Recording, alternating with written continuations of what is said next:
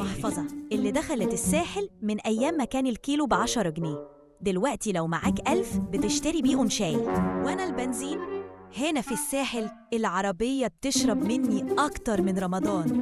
وأنا النضارة هنا كل الناس شايفين نفسهم نجوم حتى لو لابسين شورت وتيشيرت عليه بطيخة. أنا الشيشة هنا في الساحل لو ما صورتنيش وحطتني على ستوري كأنك ما جيتش. أنا الشاي في الساحل بقيت أغلى من البنزين مع إن الاتنين بيتشربوا سخنين.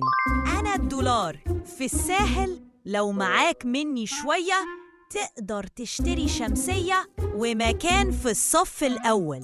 وأنا الموبايل هنا في الساحل لو ما صورتش كل حاجة هتحاسب في البيت.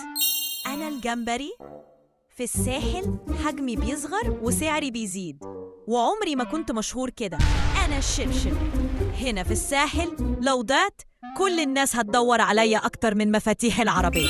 لو عجبتك الحلقة دوس لايك وشاركنا واستنونا في حلقات جديدة وما تنساش تتابع القناة عشان الضحك عندنا أصلي.